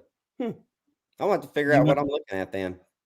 I try to be, I try to be biblical. I'm trying to misquote anything, and I try to live my life as, to his standards. So, well, my thing is this: when we talk about sin, God don't love sin. No. And sin, if you are a sinner, when Jesus was crucified, that's why the sky went dark. That's why Jesus cried out, my God, why have you abandoned me? Because God couldn't look upon sin. He can't look upon sin. He can't have anything to do with sin. That's why he couldn't even look at his son himself while he was hanging on the cross. So, well, let me give you this right here, because I know that many people think that, this is white Christianity when they say, oh, Jesus loves everybody. That's bull crap. That is bull crap. How is it that Christ can say, well, how can once the scripture says, Lord, Lord, there should be those that come and say, Lord, Lord, have I not prophesied in thy name, healed in thy name, cast out demons in your name? And Lord says, depart from me, you man of iniquity. I know you were neither hot nor cold. I never knew you. My mouth, yeah. So then we talk about when God said that he loves loves Jacob, but hated Esau.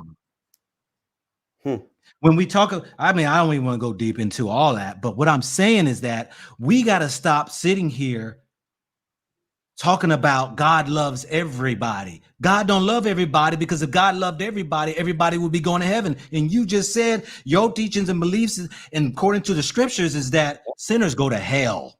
Right. They burn, gnashing of teeth. For eternity. You think so 80 years on? Think you're 80 years on? Sorry, go ahead.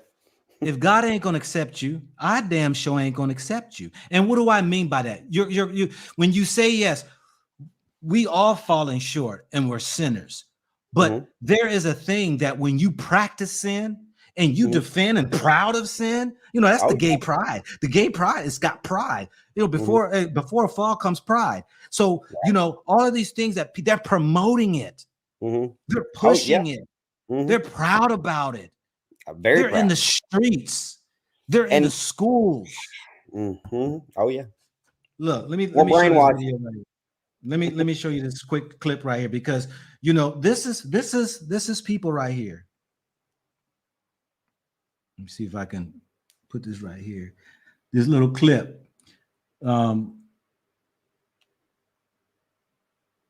He drops the leash, then he takes off running, and the dog picks up the leash, chases after him, and gives him the leash back. Now, the dog is too ignorant to know he's been set free. The dog has been conditioned to have a leash on its neck and will always be servitude or submissive to that owner. And when the owner lets them go and the owner takes off running, what does the dog do? Oh, no, no, no, no, no. Masa picks up the leash, runs, and gives them back the leash because he's been conditioned. This is the conditioning of people, white, black, brown, yellow, orange, green, in the ways and the lives of society, that they have an allegiance to a system that is corrupt and evil.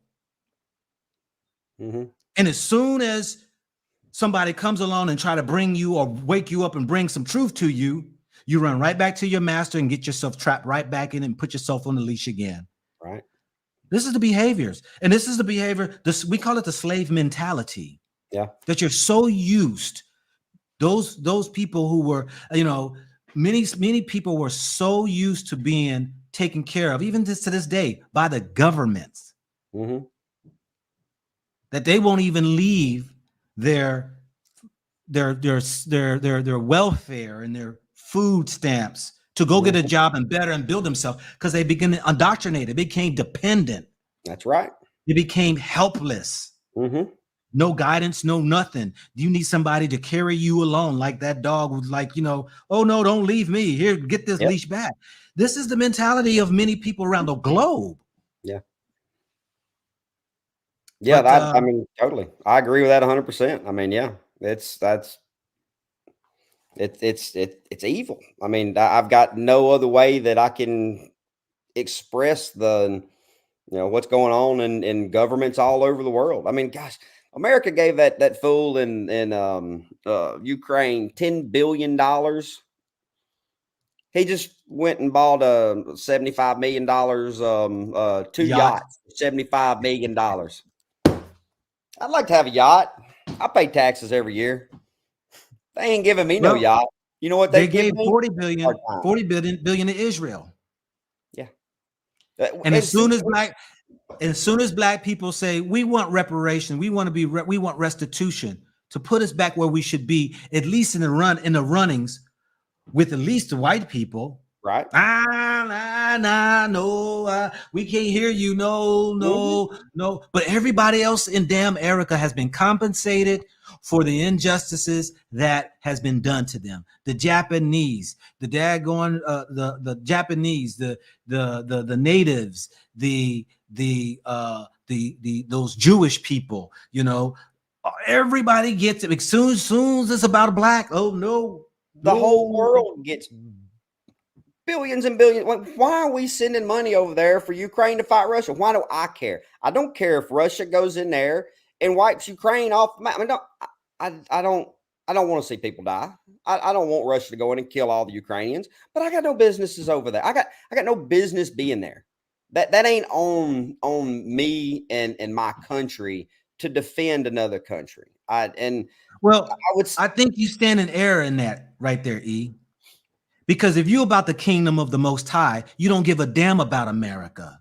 America is the beast in Revelations. When I say America, I mean the people in America. I care about my neighbors and family and friends, and I want to see everybody in the world. You love everybody. You said you loved everybody. Everybody. You said you loved everybody. I mean, look, okay, so like you said, everybody. Now most people don't even, and I don't care. I don't cross my mind. I'll give everybody, respect and love. And if, like I said, if they don't want to show that to me, then they're not in my life. I don't got no time for that. I got too much other stuff going on to worry about. But I guess where I was trying to go with the whole money thing is, we shouldn't be giving these billions of dollars to Ukraine and Israel or France or Mexico. We got people starving on the streets right here. We got this drug problem. They could send the U.S. Marines into Mexico and wipe the drug people off the face of the map, wipe their land down to nothing, turn it into glass, and there wouldn't be no more drugs on the streets. But you know why they don't? They got to have that narco dollar. They got to have that money coming in. They got to have that control. They got to keep people down. Because if they don't keep everybody down and fighting against and bickering with each other, they get to keep doing what they want to do. Yeah. Well, man, hey, it's the evil that exists here on this planet. Mm-hmm. It's the evil that exists. That's right. Well, man, I don't want to hold you up any further from your family. Hey, I love it, man. Anytime you want to talk, you give me a call, brother. I tell you this, I appreciate it. I appreciate it, man. And I tell you that the more you keep searching, man, the more you're going to see more and more the lies. And the day is going to come when you're not going to call yourself an American. The day is going to come when you're going to be, realize that the evil that, Europeans have done, Caucasians, white people, whatever you want to call them, it is what it is. You want to get further and further away from all these things that they have indoctrinated us to think that we are. Yeah. Yep. And so, I say all that, brother, but I'll tell you this right here, man, that keep on, man, keep on your journey, man, keep doing what you're doing, man. And I'll be talking with you, hey, we still stay in touch on your messenger and all that right there. But I appreciate you coming on. And most definitely, I've read some of the comments, people saying at least that you are keeping it real, and, you ain't, seem like you're trying to sugarcoat anything, and that's just E, y'all. We've had long conversations like that back in the past. And it's just really being open and honest, open-minded to really see how things really are. So, man, appreciate you, man. Hey, appreciate you, brother. Keep doing what you're doing. I love it, man. Pray for you every day. All right, man. You take care. You too, brother. Bye. All right. Yeah, family. So, good conversation. Good conversation to have, different, and also to see how there are those who see things different, see that their own have created a lot of, devastation and wrongdoing, and like I said, if it don't apply, don't cry, because I'm not going to say that everybody around here, because I can say there's some evil black folks out here that I stay away from. There's a spirit of evilness that's around here. I understand. I don't have hate for nobody, because I had to spend time in my life to understand people. And I understand the system of damn America. I understand even those who are white are caught in a lie. They're believing things that they don't even, that was a lie to them, taught to them. I went to the same schools they did. I know the books. I went to the colleges. It's all the lies. And even the fact of, hey, what he was saying, he was saying, he calls himself we Americans, and it's like, you call yourself that. Where do we get that from? We got that from because, hey, he came up at the same time I came up. I think he's 7 years behind me, but, hey, we had to get up in the morning in classroom, stand up at them, I pledge allegiance to the flag of the United States of America and to the republic for which it stands, one nation under God, indivisible, with liberty and justice for all. My country, 'tis of the sweet land. We had to sing that every day. And they put that in their head. I served 20 years in the military until I woke up and realized I'm fighting for people who wants to keep their wealth and their power. I was fighting for those greedy jokers out here who has the wealth and the power, those white people who wants to keep their wealth and their power. I'm out there on the front lines, giving my life up to fight for their wealth and power. And many of us, white, black, brown, yellow, green, whoever was joining militaries, thinking we're fighting for freedoms and all that right there, when we're really fighting for their power and their wealth. That's why I say, damn Erica. America is damned. And until we, for those who want to claim their, God's children, whatever, you got to let a lot of this stuff go with this, all of this pagan religions that you're worshiping and these white Jesuses and all of these lies and being part of these agendas. And how in the world do people claim they something and they're contrary to what scriptures say? But yet we want to identify so much with something. I identify with the Most High. I've told y'all before, when the Lord showed me, when I was about to turn 40 years old, you are not black. I chewed on that for a whole year. What you mean I'm not black? I'm not black. Until I understand I am a spiritual being made in the image of, yes, this right here was created. This flesh was, but we know ain't nothing good in this flesh. That's what scripture said. Don't nothing good come out of the flesh. But I do realize this too. The Most High knew what he was doing when he created us. I say this right here because some white people say, well, we're all the same. We're just the same people. And I say, no, we're not. We're not the same. I think he said that, and I get it. But we're not all the same. I have melanin, you don't. You got to put on suntan lotion. I don't. The suntan lotion, and I know he's watching. I see him behind the scenes. Go to YouTube and call up sunscreen lotion UV ray camera.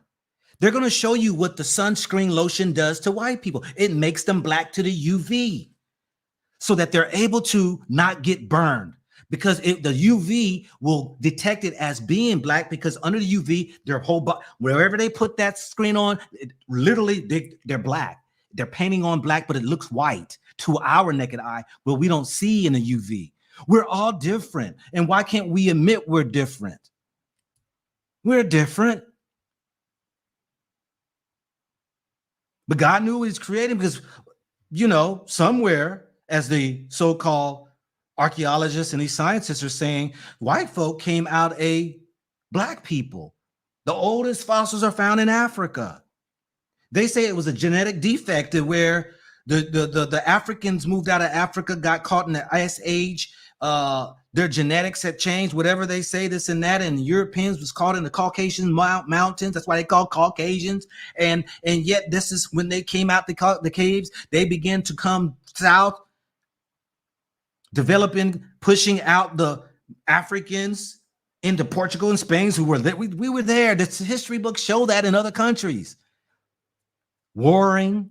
So if God created the sun, why would God create something that's going to be harmful for his own children? Why? You got to think about these things.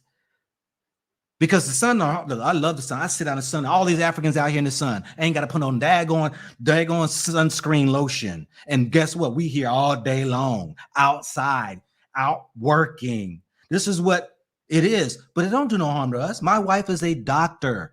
She says she has never in her 30 years of practice seen a black person with melanoma skin cancer. But she says it's about a 90% chance her Caucasian patients, when you get about 60 years old, you're probably going to wind up getting melanoma skin cancer somewhere on your body. Why can't we admit we're different? But we should respect each other. But it seems that there are those out here who don't respect some, cause divisions and rifts and all that. And even in the white community that me and E talked about, they will those with the wealth and money don't care nothing about the white people. We got more poor white people in America than you do black people. But the one message they sent in the 1700s when white and black, they instituted the word white and black, because before then in these writings, there were no such things. I've read in a lot of these European books, these not astrologers, but these explorers and these historians, they didn't use words like white and black. They always referenced the countries you from or the tribes you were from. It was until the 1770s, I think it was, when America decided to differentiate between, make a change between white and black, because he even made mention. Many of the my immigrants came over, and these people were sharecroppers, had to pay off debts that they got to get shipped from Europe over to America.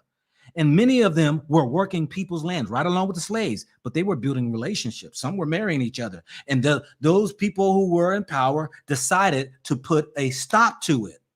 And when they put a stop to it, they say, no, they created laws. You cannot marry white people, and white people can't marry black people. You cannot have no relationship with. So there was that dividing line. And the message was, you may be poor, but you're not black.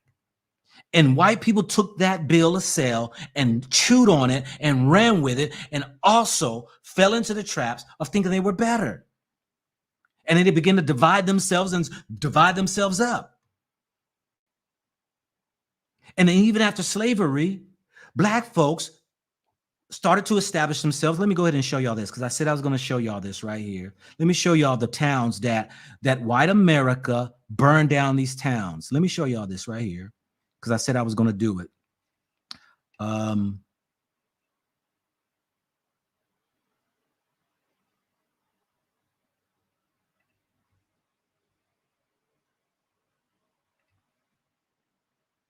Okay, so we have this right here. These are called the Black Massacres. And you know what?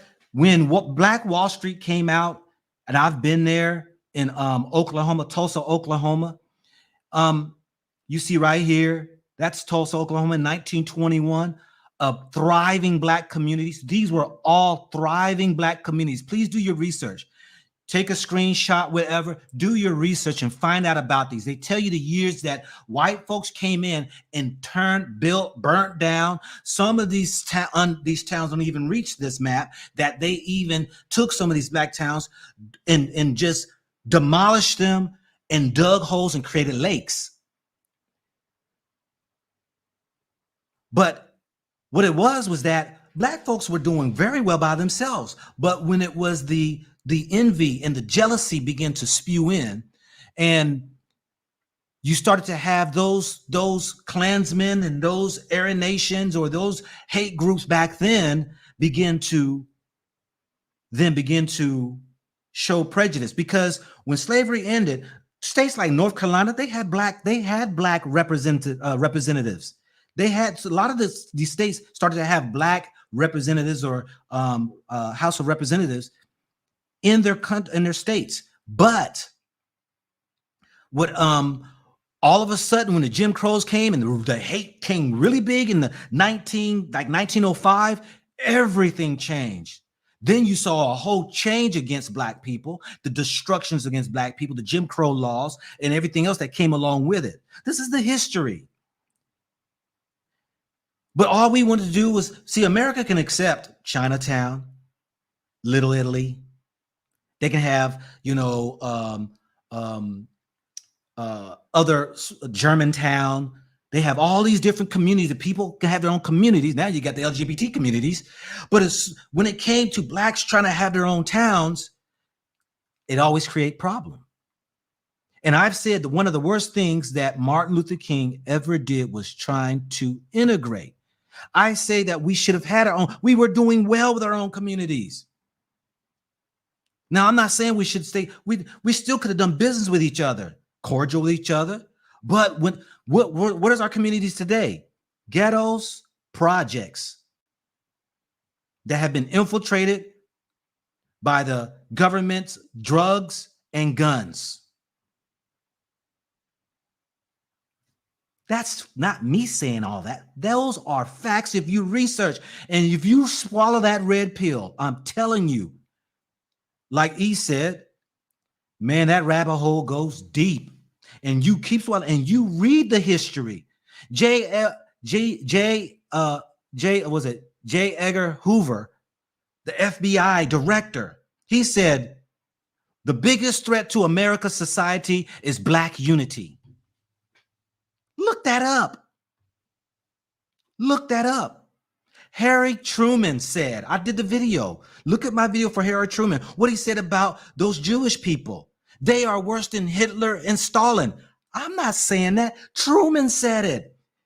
He wrote it in his memoirs. And then I got the video of him saying, them Israelis, them Israeli Jews out there, they want to push the Palestinians out to the ocean. They want to just remove them, period. But I'm here to try to make everything fair. I didn't say that. This is history. And once people swallow that red pill, like E did, and now he's researching and he's finding out truths and be like, God doggone. Now he's turning around saying Jesus is black. You can't argue it. People just look at the popes and then bow down to the Black Madonna in their daggone cathedrals, in daggone Rome. Facts. But we can sell white Jesus to everybody else. Why? Because we want people to worship us. Because it was the Roman Catholic Pope who blessed slavery to come into play. It was his name just escaped me. I did a video on it, that he okayed the Portuguese to go into Africa. He called them heathens and savages and turn them into Catholics, baptize them, put them in the water. They're dirty heathen savages. I'm not saying that. That's history. And then the spread. Then the Britons came involved. Then the daggone Spaniards got involved. Then you had the Germans got involved. Then they had later on, 400 years, they decided, let's just take the whole doggone continent. That's where they had the Berlin Conference, 1885. See, I'm giving some of y'all history that you don't know. This is how they carved up in 54 countries in Africa. I'm on 33. I've visited 33 countries. I got 21 more to go. Africa was a continent. It wasn't even called Africa. Some say Akebulon. Some say Ephraim. Many names, Ethiopia. When you look at the old maps that I showed the videos in the West, the Europeans who came into Africa, they got listed Jewish kingdom, or the Judea kingdom, Jews territory. When they was coming here, finding these people, like they were floored. These people, they're saying they're tribes from the children of Israel. I've interviewed the Limba tribe. I've interviewed here in Ghana. They say they're part of the Benjamin tribe. History. And I just bought this right here, just yesterday. From the Nile to Niger with the Jews. Hebrewism of West Africa. You see more and more is coming out, y'all. Truth. Do yourself a favor. Do your research, because everything they told us was lies. With part little truths. Anyway, I got to go. Peace and blessings to each and every one of you all. Thank you all for being respectful for my guest, E.H., that came in. My prayers even go out to him, because you know what? Like he said, like the Most High said, I'm going to love those who display love to me, because it's nothing but the Lord who put the love in him to love me. And I'm thankful for the Lord for that. So my thing is that I appreciate all who's come in, who's heard, who's listened. Spread the message. Share the video. This is your man, not your boy, bringing you another gold nugget that you can either pick up or you can just kick it aside. I'm out, y'all.